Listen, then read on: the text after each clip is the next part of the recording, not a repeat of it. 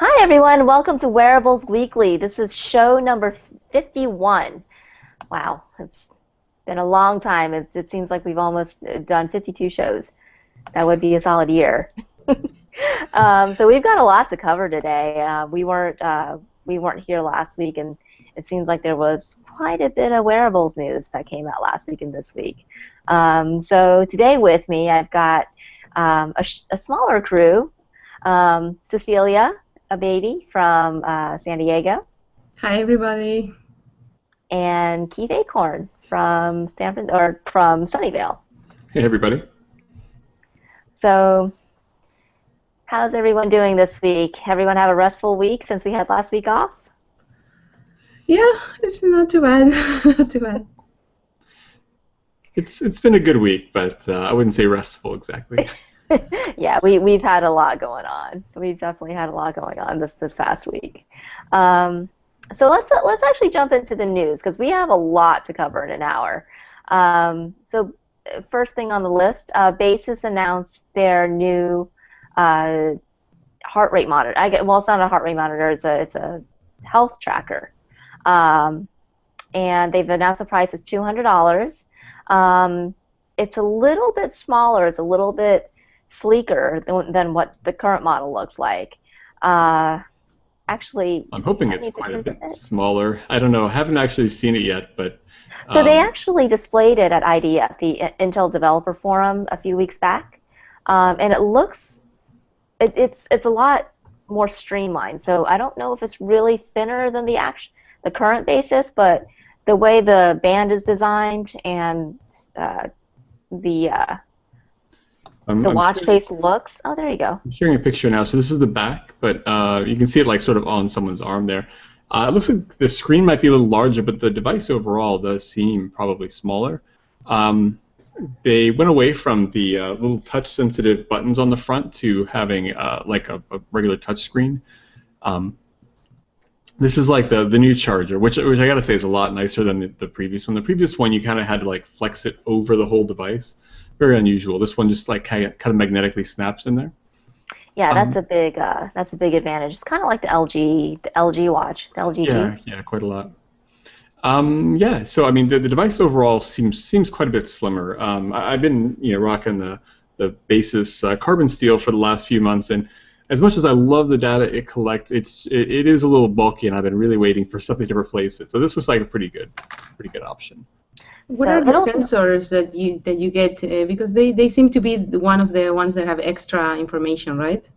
Right. So in addition to like the normal fitness tracker sort of options like step counting and calorie burns and stuff like that, this one also does heart rate tracking, like really like continuous heart rate tracking. Some of the other devices will do heart rate on demand, like if you push the button and tell it to do a heart rate. But this one's doing it all day, which is definitely better because you're getting. That's much better. Yeah. Because you can start overlapping data then. Right. And it also does some other stuff, like it does checks skin temperature and perspiration. So I think. So skin temperature continuously too? Yep. So all of those things are happening continuously, and you can look at them awesome. on the web interface afterwards. But mostly, I think that gives an idea comprehensively of like how active you're being. So it's. And that helps with the sleep tracking too. I think that's what kind of tells it whether or not you're asleep. Yeah, so unlike a lot of the devices that maybe they can figure out that, hey, you stopped moving for a while, maybe you went to sleep now, or you have to like physically tell it, hey, I'm going to sleep now, which everybody seems to forget. This one really can monitor you, like can detect your heart rate dropping. It can tell you what phase of sleep you're in and when you switch, so how much like REM sleep you got versus how much deep sleep. And I mean, you can even see to the point where about 10 or 15 minutes before you actually wake up, you can see your heart rate starting to like scale back up as your body's just starting to wake itself up. It's pretty neat. So they're definitely ahead. Like they say themselves, is the first kind of device that is not a joke in the heart rate monitoring. Yeah, the sleep tracking and the heart rate, I think they're miles ahead of the next. It's just that it really looks like a medical device, right? And that's something I can't personally. You see, because that's where wearables and fashion. And I was this week in a panel with other people on the same subject. wearables and fashion can't be separated. So this can never be mainstream just because it really looks like a medical device. And I think the screen... I will say this. Actually, the newer version looks a lot like the older version of the Pebble. Yeah. So it doesn't. So the screen actually displays the time constantly. So I mean, yeah, a couple of quick things. Like, I mean, I actually think this is much better design than the previous one, which might be because the previous one just really wasn't very good looking. Yes. Like, besides being very, very thick, it's also just very plain in the front. The screen is not very sharp, so I'm gonna try to like hit the light here to wake it up. Which one it is? But I mean, it's very basic. But the thing is, it's because it's not doing all of the extra features that some of the smartwatches have. It's able to last for quite a long time. So even though it's continuously measuring heart rate and all that other stuff, battery lasts like 4 to 5 days, and this new one will also. So that's kind of the reason I'm able to get this sleep tracking data, because any of the other devices have to be charging overnight. I will say this, outside of the sleep tracking data, and we'll talk about this a little later in the show, the new Pebble that came out is, I think, really going to give it a run for its money. We'll talk about that when we get. Yeah, we'll talk about it later, because as far as style, going back to your statement on the style, I think it looks really nice as compared to the basis. But well, and one of the forces changed with the new base. I'm not pushing the basis, by the way. This is like the very an enthusiast device, someone that wants quantified data, to monitor yourself. So if you're in that market, but I imagine that. Do you think they just really want to go after that market only, or they really wish for all the? I think they probably wish for the wearables market, and it seems like they almost should partner with someone that is into fashion. Like they definitely don't have the design; they're not there. No, I don't think they have a designer on their team. I don't. Well, the other Well, they do probably. It is aluminum now. Like the whole body is metal and stuff. But I understand what you're saying.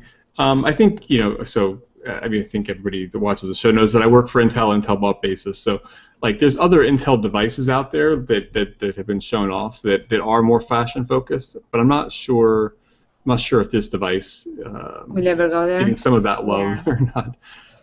I think they should partner and get this technology mixed up with someone that has the design really, and maybe inside Intel this can happen. Yeah, I mean, I know they tried with. We were talking about the Mika before we started today, and I know they tried with that. I'm not the biggest fan. I think it kind of looks like a cheap bracelet, but they did try with that. So I think style and design is kind of on the back burner for them. I think that is something that is on their radar. I just don't think it's probably something that they're ready to quite implement just yet. But so we might see that in maybe the third iteration of the Basis watch. I guess we'll find out.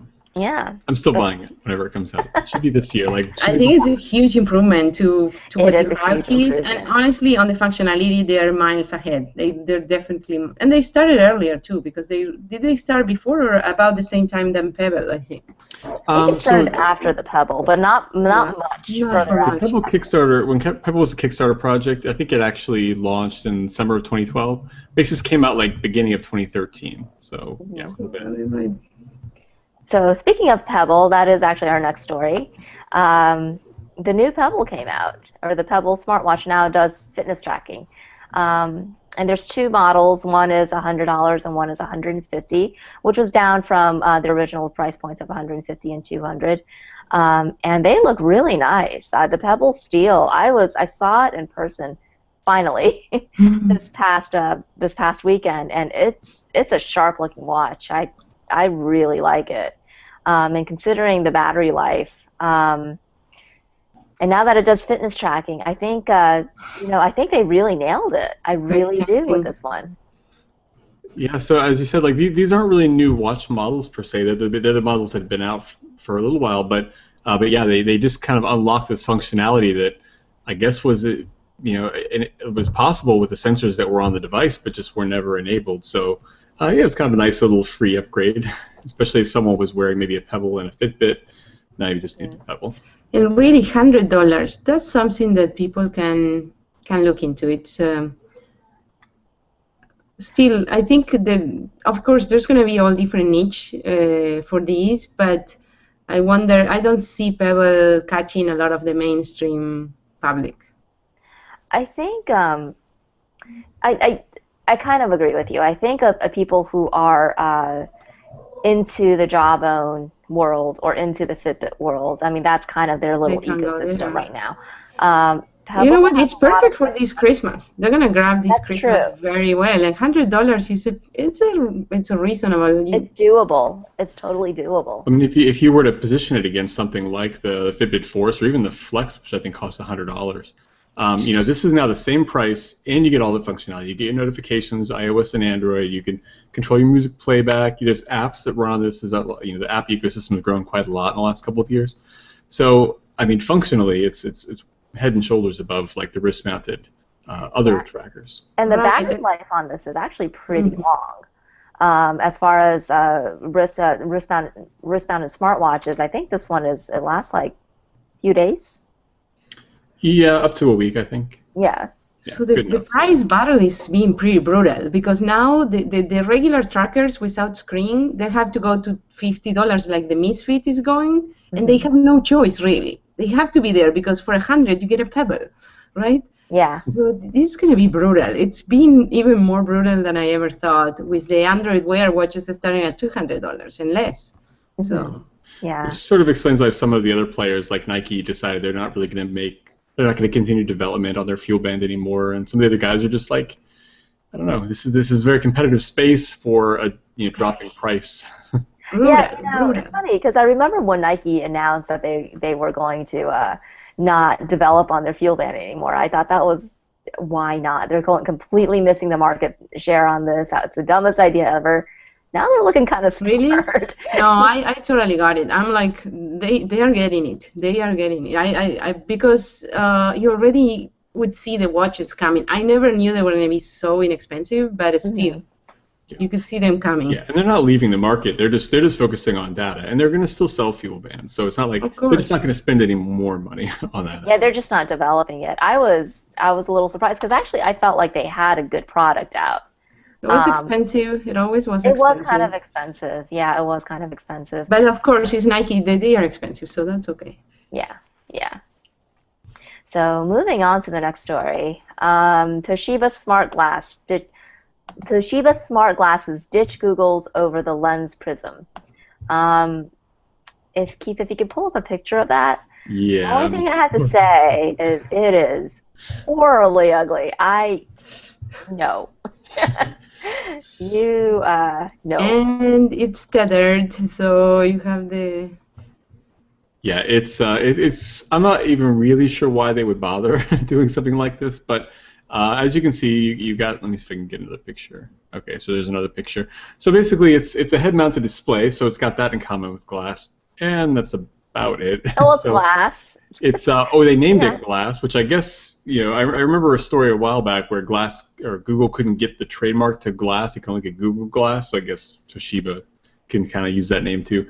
But yeah, so the device itself is really just a second display for a cell phone. Like Cecilia said, it's tethered. There's no battery on it, so you can't use it by itself. It uses a projector instead of the prism that the glass does, and just reflects it across the screen and back into your eye.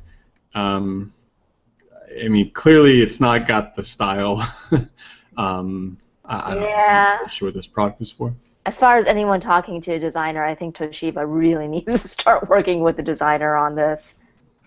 Yeah. They tried. I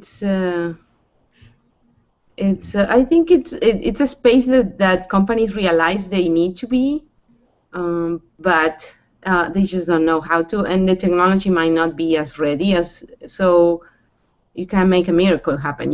Somewhere you have to put the batteries, somewhere you have to put the screen in glass. Yes, it has the big bulky glass on front, which looks geeky in a way, but it's amazing. When people see this screen, we all know the reaction is like, wow. And I don't think you can wear a wow on an Epson Moveria right now, on a Toshiba probably, and all these other things. With the Moveria, I don't think you could even really wear it out. It's something that you could maybe wear around your house, but I don't think it's really actually safe to functionally use while you're walking around on the street. Yeah, I don't think it's designed for that. Yeah, No. I mean, the wow factor with the Epson is really in like what you can do with it. I mean, the augmented reality is can do pretty 3D. neat, and if it gets better quality, then even better. But yeah, it's not compact. Certainly not very. No, and in many ways it has more functionality than glass. I think it's actually a lot more useful than glass in many situations. But yeah, you're definitely not going to want to wear that out. And I think it's probably the case with this Toshiba too. I don't know if you can maybe wear it out, but I think they tried to do it that way. Yeah. Because basically you don't have a camera, you have the notifications only. I mean, with the Toshiba, I mean, this is if they want to like experiment and do some R&D, that's great. But like, I don't really know why they decided to release this as if it was some kind of good product. Interesting, yeah. Just because they can. So, on to our next story, the Fitbit. Fitbit does not currently have plans to integrate with HealthKit, which is an Apple, the Apple software to integrate into the Apple ecosystem.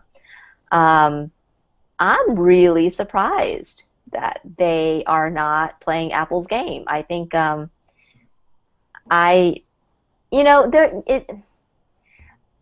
may not. I'll say this: they may not lose market share. They've cornered the wearable health tracking market pretty well. I think the name Fitbit is pretty well known. I don't know. What do you guys think? No, I think it's a total mistake. For one thing, you'll see them back, and you'll see when their users are asking these, when everybody's putting all their data in one place, and their users are going to ask them, I want to be in the health kit, and please put my data there. And they're going to end up doing it. They're just going to do it late, and it's going to look bad, and it's instead of moving forward, being accepting of the reality. You have to, in this you can't just block things and try to control things. You have to let them flow and integrate and be nice and play nice with everybody. Yeah, I remember, Fitbit was actually kind of early to the game of like having APIs for apps and things to use their data. Yeah, I'm disappointed, like you said, Cecilia, that they're not integrating this way because, I mean, as much market share as Fitbit has accumulated by having good products early on, they're not. Like they're losing a big advantage here. So for people that aren't familiar with HealthKit, exactly, like it's a platform and for iOS devices, and Google has Google Fit, where all the devices kind of report their data, aggregate it, and then pull the data from its own devices and other devices back out. In this case, I mean, Fitbit has a very limited amount of data. It's got, again, the step counter and all these little, pretty standard parameters, but like, if anybody wants to track more than that, they're not going to be able to do that unless Fitbit has a new device out. I don't know. And what Fitbit does today, let's be honest, any watch do, any tracker does. That market is getting saturated very quickly. So really, you have to play nice. There's no way you can just. I think maybe it was a negotiation that didn't go well. We don't know what happened really. That's a very good point. Actually, maybe that's what happened because it doesn't seem like they would be losing out. Although, and it's probably, it doesn't seem like they would be losing out to integrate HealthKit. Yeah, they did one of the first apps actually for iOS. Yeah, actually, when they announced HealthKit at the Apple keynote, there was a Fitbit on the screen. So there might be some weird business thing. They had a fallout. That's what I'm suspecting. But I figure they have a little while to change their mind. If they change their mind in the next 6 or 12 months, maybe it won't hurt them too badly. But if they go right. than that, if they have to wait for all their users to beg them, like Apple with Verizon, and they were only AT&T, and customers have to beg them, please, let me buy the iPhone on Verizon. That was a big mistake of Apple, for instance, back then. Yeah. This sounds like exactly that kind of. Although I wonder if it was an exclusivity thing. I wonder if maybe HealthKit wanted Fitbit to only work with them exclusively, and Fitbit said no. Yeah, I think I could see that happening. But there are already lots of other developers using HealthKit. Cecilia, you're the expert. Do you know how their system is set up? With HealthKit or with? Is it just like an open set of APIs, or is it something? I honestly don't have any. I never looked at the APIs or the details of HealthKit. Yeah. I don't know if it's totally open right now. Is it? I don't know if it's open to developers yet. I don't think it's open to developers yet. I think I think it is. I thought I'd come across some articles where developers either they were integrating it or they were already on board. But I'm sure a select group of developers, because they have to have some products that are integrated with HealthKit when they do the launch. But yeah, I don't think it's open yet. I could be wrong. Developer. I'm not sure. So our next story, we're going to kind of change gears a little bit and start talking about some drones, a wearable drone, to be specific. So this I will share my screen for. Those have to be seen. So this is part of a little contest Intel's had. It's called Make It Wearable Challenge. So some teams were selected and they've been competing for some funding, and this one was just. I mean, it's right up Noble's alley, of course, but yeah, it's a cute idea. So the big secret behind this is that Noble is behind this. He's been talking to Intel.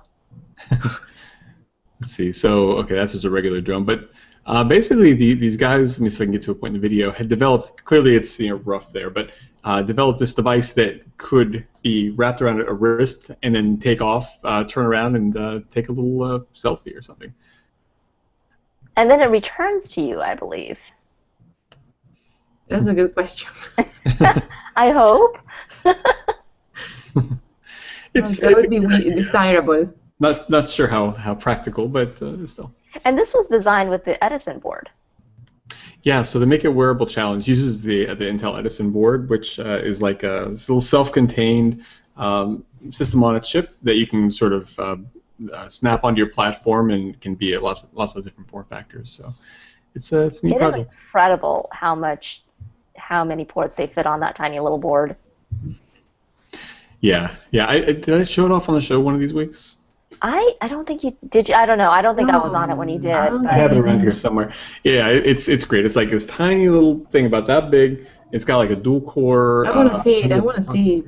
I'll have it before the end of the show. Okay.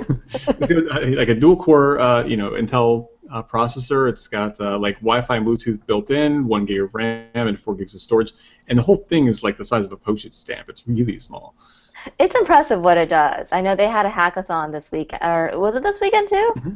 Yeah, Intel had a hackathon for their Edison board this weekend, and some of the projects were pretty cool. Actually, Keith, I think you took some you took some pictures. But yeah, I probably did. They're on my SLR though.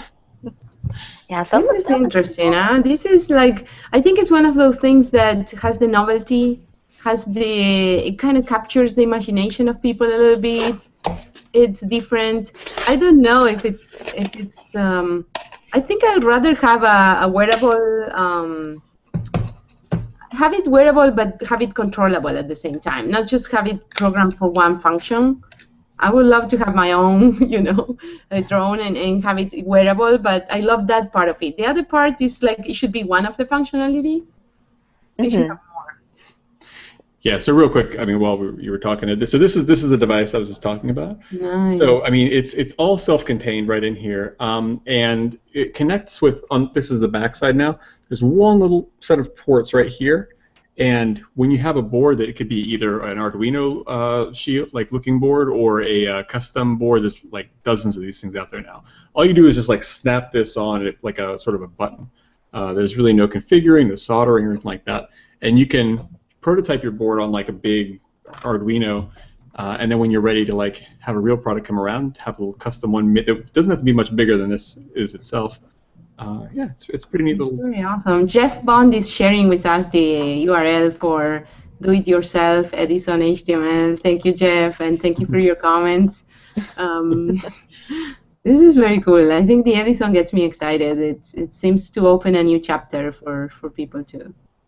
Yeah, I can't wait to see what people come up with the board.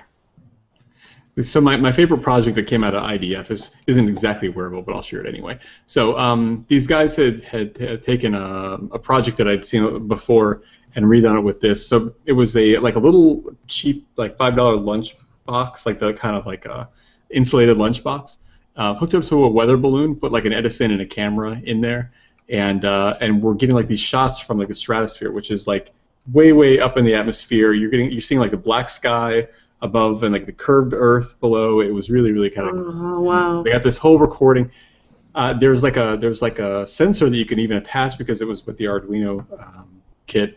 So this little sensor could like ping the satellite. So like before, when people did a project like this, you had to put some kind of cell phone in there and hope that whenever the balloon popped and thing fell back to Earth, that you could like track the cell phone GPS. But now they can just get like live tracks of this thing the whole time it was up there. Oh, perfect. Oh, that's so cool.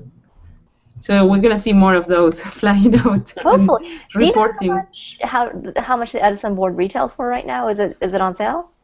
So yeah, I mean I saw them on Adafruit or Adafruit. So just the Edison was $50. There's the Edison with like a smaller version of an Arduino board called a mini breakout board.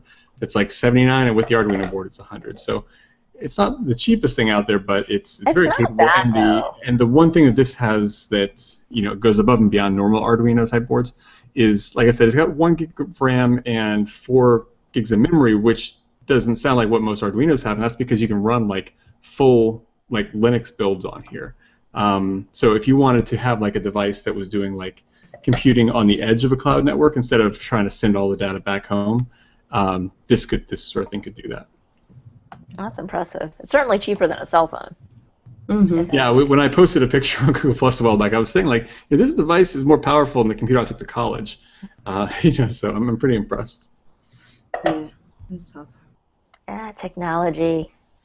It's scary how fast it's evolving. Our next story: LG is bringing WebOS to smartwatches. Keith, you want to take this one? I actually don't know too much about the story. Yeah, sure. So this one just sort of came across. Maybe it wasn't today. I came across it today. But yeah, so those that are familiar with WebOS, it was the operating system that Palm developed for the Palm Pre and the tablet, whatever that was called.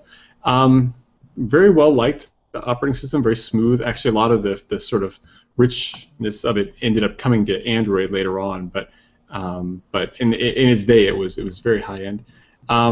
When Palm failed, they sold it off to HP. HP kind of sat on it for a while, and then sold it to LG. So anyway, there was a web page that got posted or got noticed recently where LG was showing off WebOS for wearable devices. So presumably they were getting ready to announce some sort of WebOS port for smartwatches.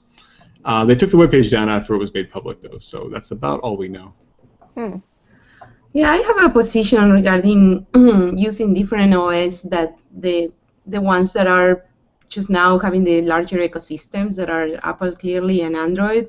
I believe this reminds me a little bit of the war of the browsers back then, and I think the only way someone could disrupt that, like Google did, is because they came up with a completely new idea. They did things in a completely new way. They found something that was a total breakthrough comparing to anything else that existed. So then they could be that little engine that won it, and they could compete with the big monsters, and they could do something. When it comes to these, and nowadays it's even harder because you have the ecosystem that comes with these things. So not only you have to find a leverage an existing ecosystem. So someone that can leverage, for instance, whatever is done in Android will run in my new OS. If someone does that, they have a chance. That's one way. And they have to really have something new and different that people will say, oh my gosh, this is so cool, I have to have it. And then someone will do it. I believe there's going to be the new kid in the block, like Google was back then, that is going to come with a new idea on how to do OSs for mobile devices and wearable devices, and boom, you're going to have it. I sure hope someone comes along. I don't think it will happen, but they have to. But it's not anybody that can do it. It has to be like this super. It has to be completely people. different. Yeah, it has to be completely redesigned. Because right now, a traditional, no. Nobody's got it. You're gonna give me the same thing, but but want me to have to load another set of apps, and as a developer, you want me to develop for one more platform. It's like no, thank you. Well said. So next story, LGG. The next iteration of the LGG watch is coming out October 14th. That was quick. I feel like Page's launch. It's Well, actually, no. I guess this is the cheaper version. Yeah, this is the round version. This is a round version. Okay. Okay. Isn't this the version that is going to be expensive though? The 350 and above or something? Is this the? I was thinking. I don't know. Was that some? Yeah, I didn't get that's the what I read pricing. somewhere else. Yeah, yeah, it's Yeah, I didn't get the price of this either. It does look a lot like the Moto 360 though. There is a turn dial on the right though. Yeah. So Don't get me started. I already talked a lot on this show, so I was. So yeah, I mean we've talked about this watch a few times. Yeah, so it's LG's first attempt at a round watch.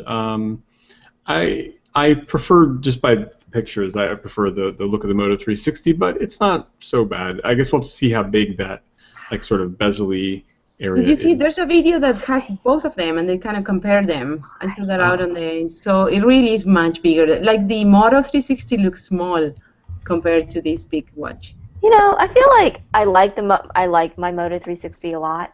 I don't know. I don't see why people are going for round watches. I really don't. I was perfectly content with the square watch, although I do like my Moto 360 a lot. Yeah, I kind of started liking my 360. I have to confess. I'm sort of. I mean, I wasn't super passionate either way before, and I was pretty happy with my LG watch for what it was. But after wearing the 360 for a while, I really wouldn't want to go back. But you know what it is I like about the 360 is just the fact that it's small. It was smaller than it looked smaller on my wrist than what I had originally anticipated. But I feel like you could still get that from a square watch. Here, how it looks? Can you show it, Libby? Oh, yeah. Oh, sorry. Yeah. Yeah, so like no, on in my your wrist. In your wrist. Yeah. On my wrist, it's. Yeah. It looks okay in your wrist. Yeah, Mine looks a little bigger. It'd be too large for you guys, but. Yeah. No, I think it looks okay, but I mean, you know, I could still get this with a square watch too. It doesn't necessarily. Yeah. It's not because the design is round. I think it's just because it's not so bulky. So one benefit of being round that I've noticed is it doesn't snag on stuff. Like yeah, that's true. I don't seem to, for whatever reason, I don't seem to knock into stuff with it, like door jambs and this things was like the only watch that I snatched really bad. Oh yeah. Oh. It happens with my Basis watch literally all the time. but the Basis is also the one that you have is very tall. Very tall. Yeah. That's true.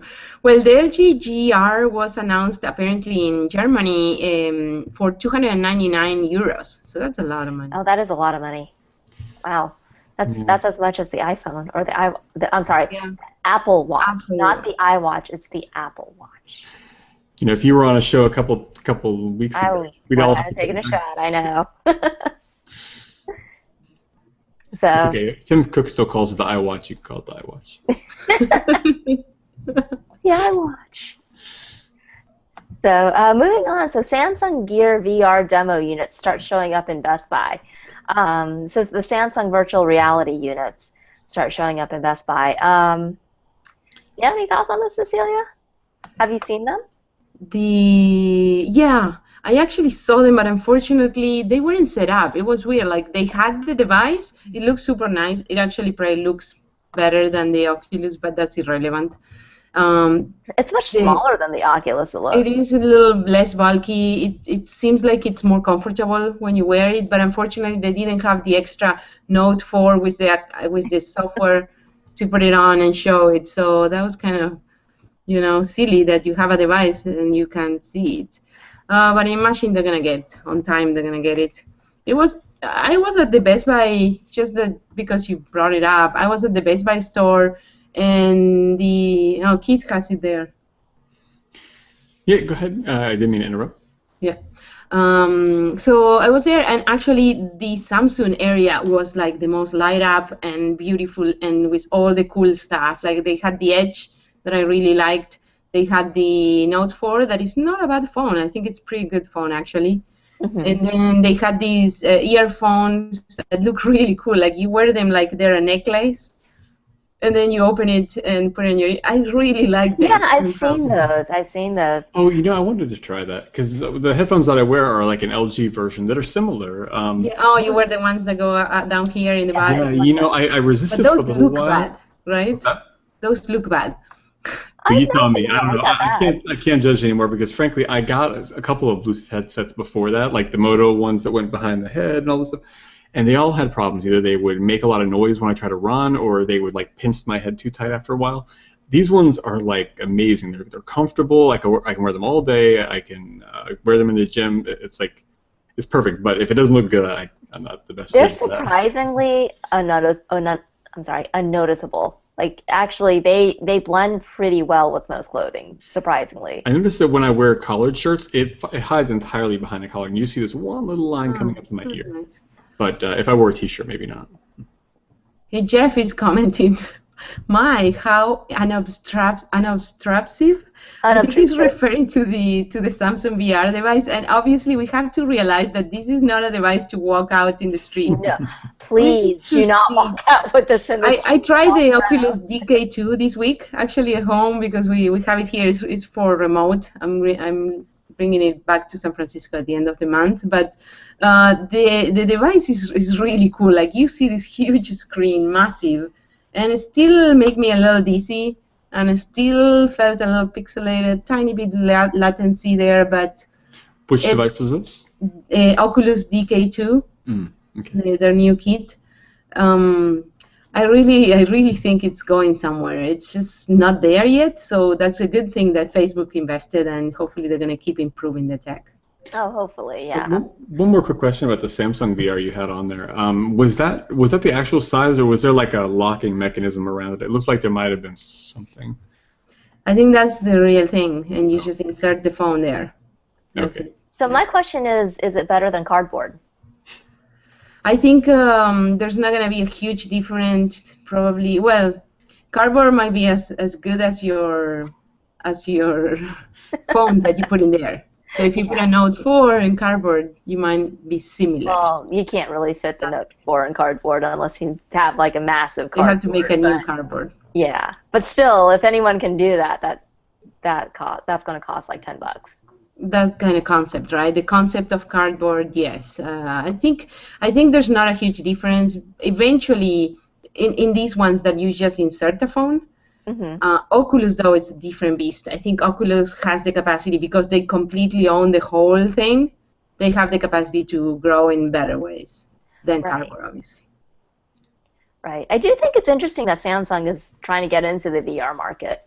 I know I think it was actually within the past couple of days, they just announced their stock share, or not their stock share, but their, how the company is doing their quarterly earnings and everything, and it was not looking very good for them this quarter. Their stock prices actually took a dive. Interesting. Yeah. For Samsung? Yeah. It's shocking, actually. Oh, Samsung's huge. They put out good products. Samsung, yeah, it's very hard to work with their SDKs and new stuff. That I can tell you.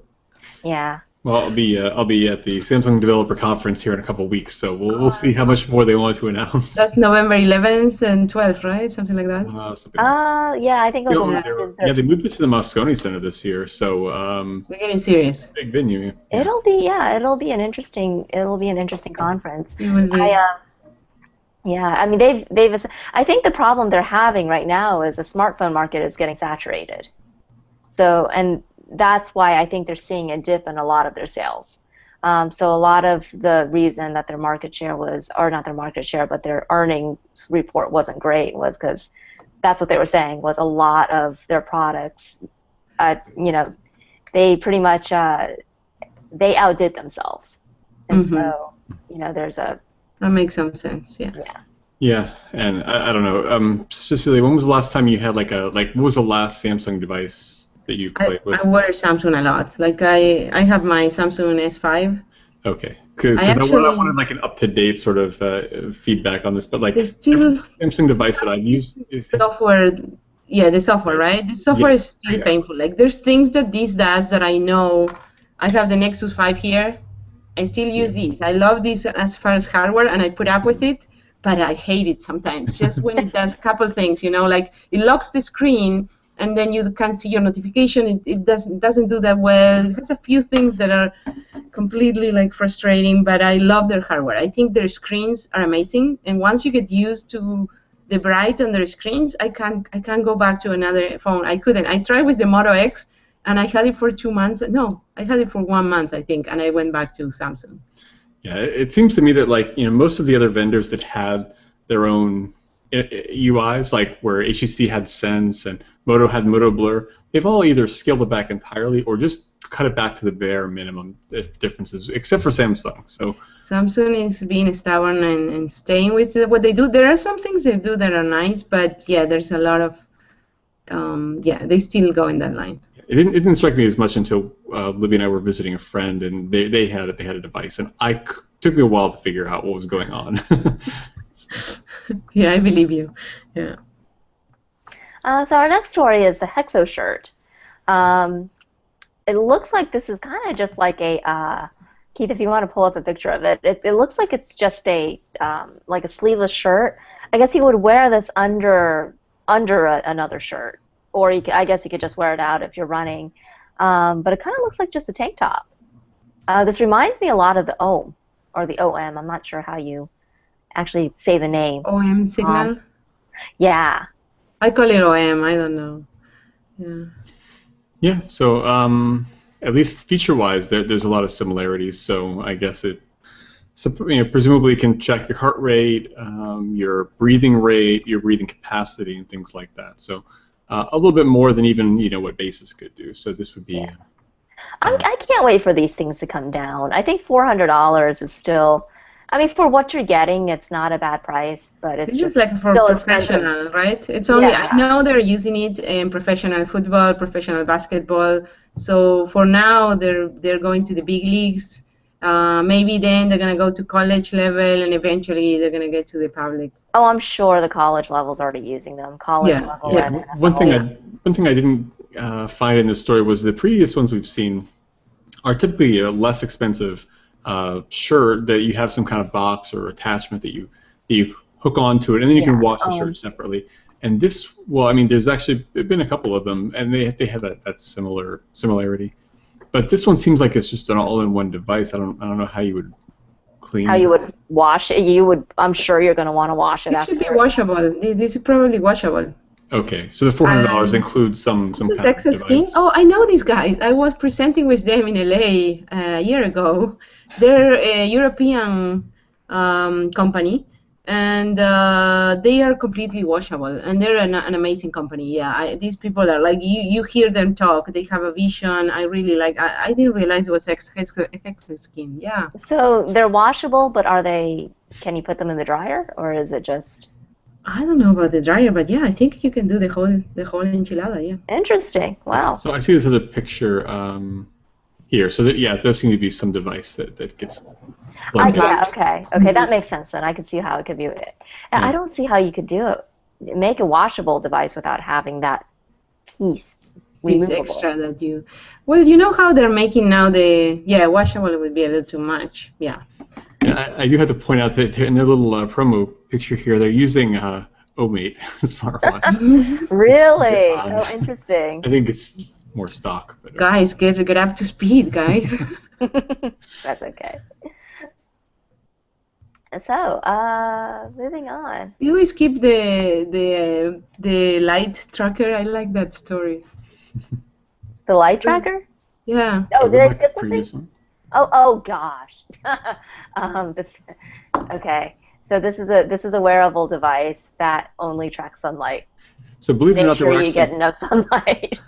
There were two different sunlight tracking devices. So this is just one of them. The other one I don't think. Is this really a thing? This is the one. This isn't the one from Noble. Noble had the one you would was magnetically attached to your shirt or your backpack. This was another one, similar idea, except this one. This makes less sense even. Hold on. What? How is this a thing? Okay, so this one, I'm just going by the description, not by what anybody's reviewed it to do, but presumably it can get information, it can track the kind of sunlight you get. So if you're getting artificial versus the sunlight, and can kind of tell you, if you're getting too much exposure when you're outside. Or if you're using artificial lighting indoors too late at night, it's supposed to help you go to bed, by dimming the lights and stuff in your house. So. I feel like this is something that needs to be integrated into like the Basis or the Pebble.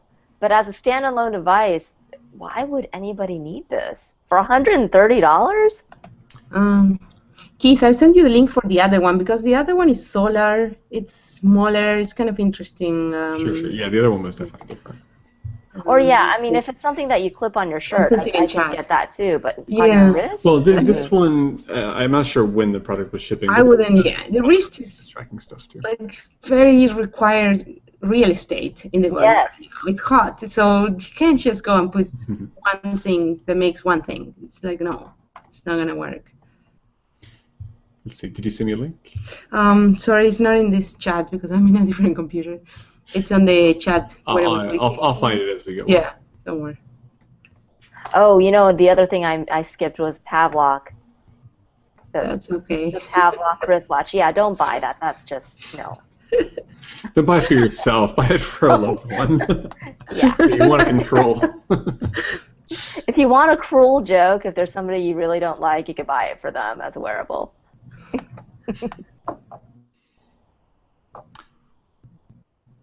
Although if I could get something like that for our cat, whenever she starts hacking up hairballs, that'd be nice. But we did mention these in the past, right? They seem to have made a better design now.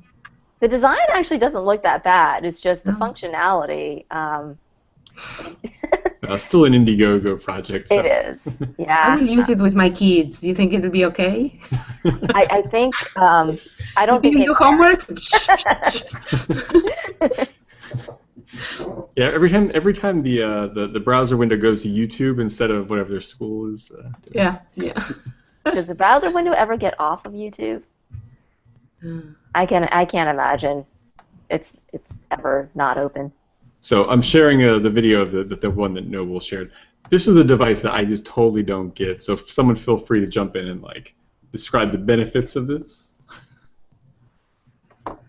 This is the one that is a solar light detector. What actually Keith and me were agreeing, I believe, on is that this is designed to incentivize you to get enough sunlight daily. I think it would be much more, it would make a lot of sense for people that are like skin cancer survivors and they want to have a limit on how much exposure they get to the sun. And that I would see more useful. I completely agree with you. I feel like most of the world needs what you're talking about. I think there's very specific places on this planet that might become an issue, especially in the wintertime. Yeah, you're right. But they might have both, but the market's not there, though. I really don't think the market's there. Yeah, I don't think people is like, oh, I'm getting too little exposure to sun. I need a device to remind me. But if you had a medical problem, then maybe you are someone that would a good niche that would buy something like this. I think most people need the opposite, though. You're right. I think most people need to be warned if they're getting too much sun exposure. I think sun is scary right now, and we should. We're all in agreement. Can you tell we all live in California? That's what I ended up telling Nobel. Nobel was like, no, this is perfect, and I'm like, you don't live in California, okay. Our next story is about the one gesture control ring to rule them all. I believe this started out as a Kickstarter project. Is this the same ring? You know, it's funny. As I was reading it, I'm not sure it's the same one that we saw at whichever conference, like Augmented World Expo, but Augmented World, it looks exactly like the one we saw at Augmented World. Did I miss a watch in Augmented World Expo? Seriously, I didn't see it. There was a watch. There was a ring. It was a ring. It was called a ring there. I think it was called Nod or something. I can't believe I missed it. So it looked something like this. I mean, the idea is actually not so bad. I mean, I think the one that we saw before was intended to be used all day for some reason, but this one kind of made sense as like a device you would use for some purpose, like showing a presentation on a projector or something like that. Where the material on this is a little different, though. I think this is made out of metal. The one that we saw, I believe, was plastic. Yeah, well, in the video they had what looked like a much cheaper plastic version of this too. So I'm not sure if this is just the concept of what it would look like. Anyway, so the device itself would sit presumably on your index finger. It's got one button, so you could use it as a trigger for taking pictures or changing slides or whatever.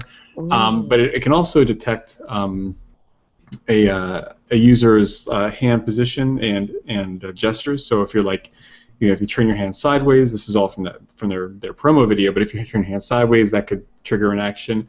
If you wave your hand, that could also trigger different actions. It seemed okay for specific use. I'd rather probably wear something that will be more in here and will give me the whole arm kind of movement. And personally, yeah. Which is actually a good segue into our very last story, the Control Your World with Remo.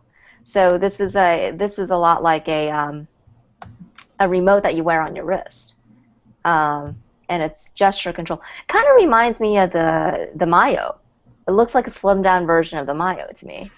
Yeah, it's kind of the same purpose. They're marketing it very differently though, very specifically for control as a control remote. But yeah, they are halfway. They're not even halfway their campaign, and they only have 7 days left on their Kickstarter. Indiegogo, sorry. Yeah. Oh, you're right. You know, it's interesting. I feel like these kinds of devices, can you really make it for $50,000? Can you really make something like that? I don't know. Some people are testing the market and they just want to know if the market is there, and they have more money, but before they invest it, like that's what Indiegogo and Kickstarter are also. Is not only to raise the money, but to understand the market and where it is. So maybe. It'll be interesting. Again, I know Mayo or the Mio was under research and development for a really long time before they came out with the big, gigantic, bulky thing that they had. Right. If they're able to do what the Mio does for something that looks like this, I mean, that's pretty impressive. Maybe the one thing I'm always suspicious now is because I know Kickstarter is tighter controlled, especially with hardware, and when you see something in Indiegogo, it sends a bad message. Yeah, it makes you wonder if you're actually going to get it. Well, it's kind of funny because I've been burned on enough Kickstarter projects that I shouldn't put a lot of faith in Kickstarter, but I have the same sort of thing that Indiegogo is even less. Less even, right? Yes. Yeah. So one quick thing, because you were comparing this to the Mio, the way that they operate, I think, is a little different. Like the Mio is tracking your the muscle signals like in your arm, so it's like detecting your nerve impulses. Where I'm not sure what I'm sharing right now. I was going to say, why are you sharing that? I think I forgot I was screen sharing.